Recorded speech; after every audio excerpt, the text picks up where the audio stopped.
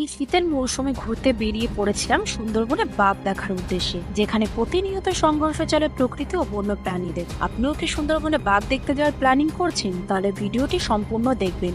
এই ভিডিওটিতে দেখাবো সুন্দরবনে আমরা কি কি খেলাম আর কোথায় কোথায় ঘুরলাম আর ঠিক কোথায় আমরা বাঘ দেখতে পেলাম। নমস্কার বন্ধুরা, আজ আমাদের যাত্রা শুরু হচ্ছে শিয়ালদা থেকে।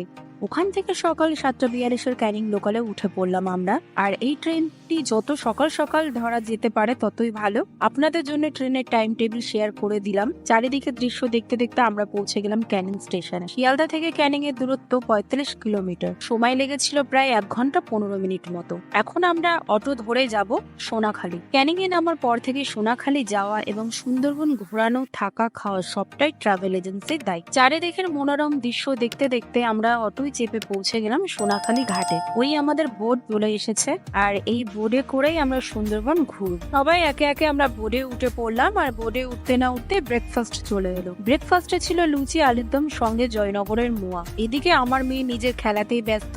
আর একটু পরেই চলে এলো আমোদি ফ্রাই। বোটে ভাসতে ভাসতে আমোদি ফ্রাই খেতে বেশ ভালো লাগে। চলতে চলতে আমরা পৌঁছালাম আমাদের প্রথম স্পট গোসাবায়।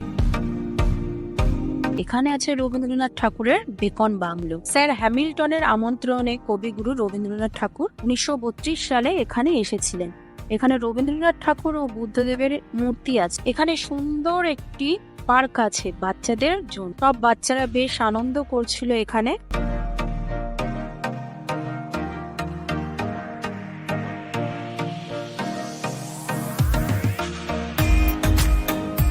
আর এখান থেকে বেরিয়ে আমরা আবার উঠে পড়লাম বোটে। বোটে গিয়ে দেখি লাঞ্চের ব্যবস্থা হয়ে গেছে। আর আমাদের প্রথম দিনের মেনু ছিল ভাত, ডাল, আলু ভাজা আর লাউ চিংড়ি, আর ছিল ভেটকি মাছ, সঙ্গে ছিল চাটনি আর পাপড়। লাঞ্চ করার কিছুক্ষণ পরেই আমাদেরকে দেওয়া হলো একটু করে কমলা লেবু। চলতে চলতে বিকেল হয়ে গেল। এবার আমরা এগিয়ে চলেছি হোটেলের দিকে।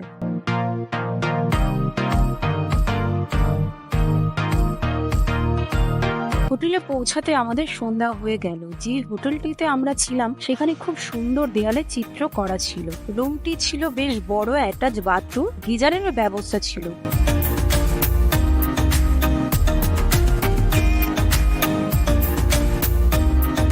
তারপর শুরু হয়ে গেল আদিবাসীদের নাচ গান।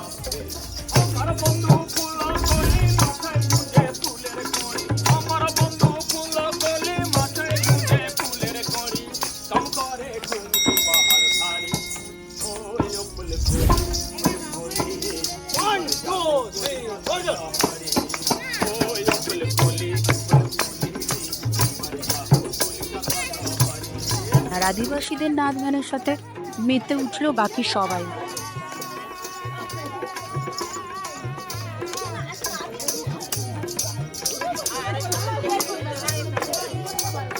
তারপর আমরা সবাই মিলে ডিনার করলাম। আর ডিনারে ছিল খাসির মাংস। পরের দিন সকালটা খুবই সুন্দর লাগছিল। রুমের সামনেই একটি ছোট্ট ডোবাতে এই ফুলগুলো ফুটেছে। খুবই দুর্দান্ত লাগছিল ফুলগুলি দেখতে, কিন্তু ফুলগুলির নাম জানি না। আপনাদের যদি ফুলগুলির নাম জানা থাকে তাহলে অবশ্যই কমেন্ট করে জানাবে। আমরা রেডি হয়ে বোটে উঠে গেলাম। আজ আমরা যাব জঙ্গলের দিকে। বোটে উঠতেই চলে এলো সকালের খাবার। আজ ছিল লুচি, ছোলার ডাল আর সন্দেশ। পৌঁছালাম আমরা সজনেখালি। এখানে আছে মিষ্টি জলের পুকুর, ওয়াচ টাওয়ার। এটা হচ্ছে সজনেখালি। এখানে টোটাল মিষ্টি জলের পুকুর আছে, মিউজিয়াম করা ছিল, এখন মিউজিয়ামটা বন্ধ আছে। আর ওয়াচ টাওয়ারে উঠলে টোটাল জঙ্গলটা দেখতে পাবে। এটা ছিল কচ্ছপের পুকুর। অনেক কচ্ছপও আমরা দেখতে পেয়ে গেলাম। কিছু বাঁদরও এখানে দেখা গেল। একটা কুমিরও এখানে দেখতে পেলাম। এরপর উঠলাম ওয়াচ টাওয়ারে চারিদিকটা দেখার জন্য।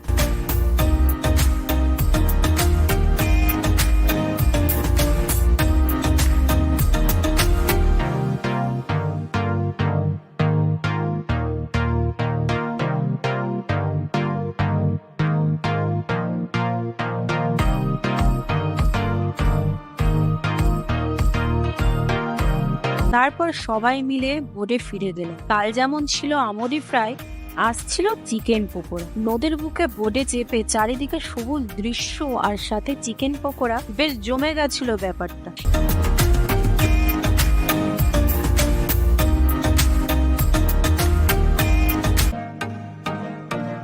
ধীরে ধীরে আমরা এগিয়ে চললাম পরের গন্তব্যে।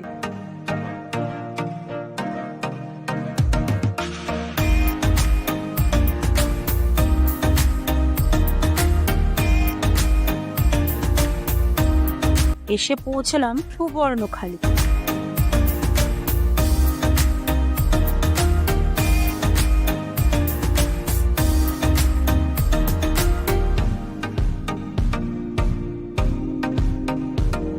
এখানে সব রকমের গাছ আছে এবং তার সম্বন্ধে লেখাও আছে। আর এখানেও আছে একটি ওয়াচ টাওয়ার। প্রায় সব স্পটই বাদর আছে।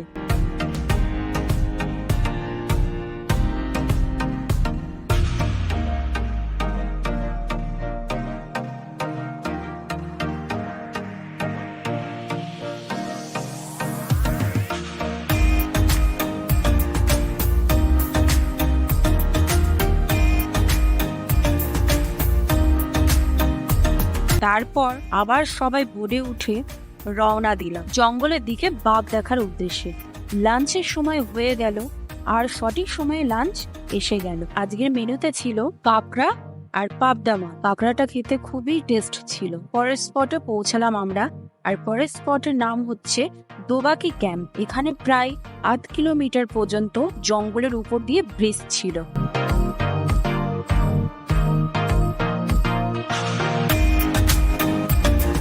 এইখানে আমরা বেশ কয়েকটি হরিণ দেখতে পেলাম। ওয়াচ টাওয়ারের থেকে বেশ কিছু পাখিও দেখতে পেলাম।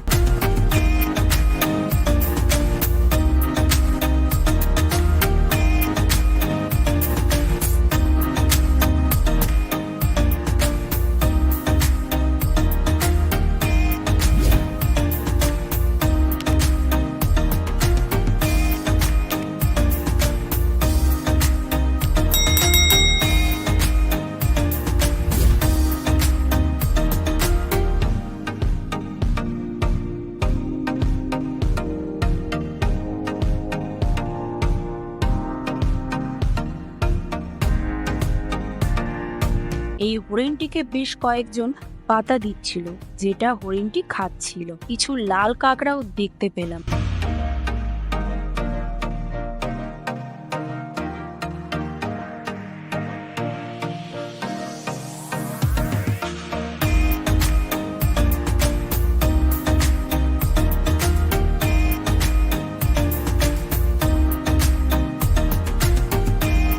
এরপর আবার উঠে পড়লাম বোর্ডে। বোর্ডে চলতে চলতে জঙ্গলের একটি হরিণকে দেখা গেল। ইনি হলেন বোর্ডের ড্রাইভার। বেশ কিছু বাংলাদেশের জাহাজও আমরা দেখতে পেলাম।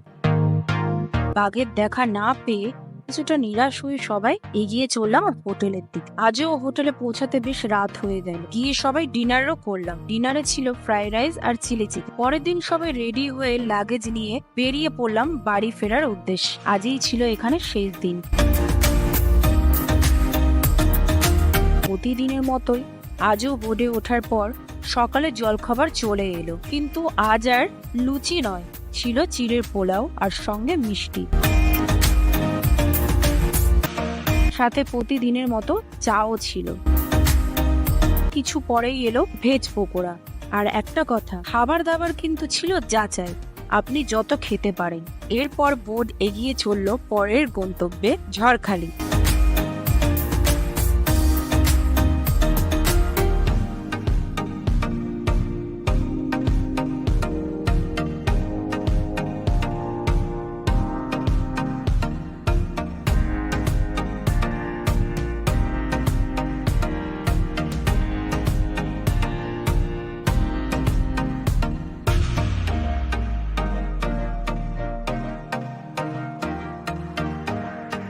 এখানে ছিল বেশ সুন্দর মার্কেট, হরেক রকম খেলনা, হরেক রকম খাবার।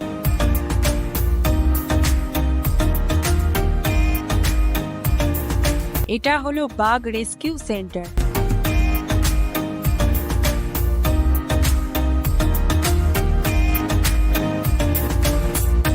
এখানে দেখতে পেলাম বেশ বড় সাইজের কুমির, আর একটি বাঘও ছিল এখানে।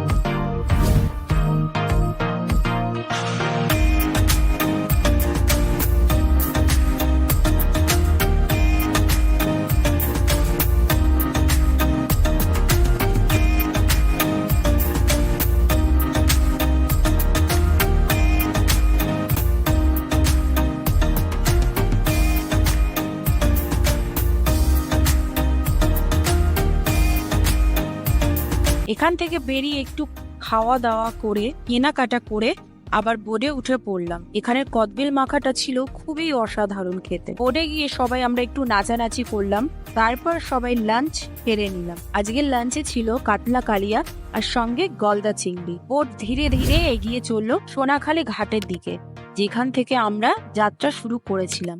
ওখান থেকে ক্যানিং স্টেশন পর্যন্ত পৌঁছে দেয়া এই সম্পূর্ণটাই ছিল প্যাকেজের মধ্যে। আমাদের প্যাকেজ ছিল 3,500 টাকা। অবশেষে এটাই বলার যে আপনারা যদি বাঘ দেখার উদ্দেশ্য নিয়ে এই সুন্দরবনে যাবেন ভাবছেন, তাহলে না যাওয়াই ভালো। তবে হ্যাঁ, আপনি যদি জলপ্রেমী হন তবে অবশ্যই সুন্দরবন আপনার জন্য একটি পারফেক্ট চয়েস। আজকের ব্লগটি এখানেই শেষ করছি, দেখা হচ্ছে পরের ব্লগে। আর এই ভিডিওটি যদি আপনাদের ভালো লেগে থাকে তাহলে লাইক, কমেন্ট ও শেয়ার করবেন আর চ্যানেলটিকে সাবস্ক্রাইব করতে ভুলবেন না। ধন্যবাদ।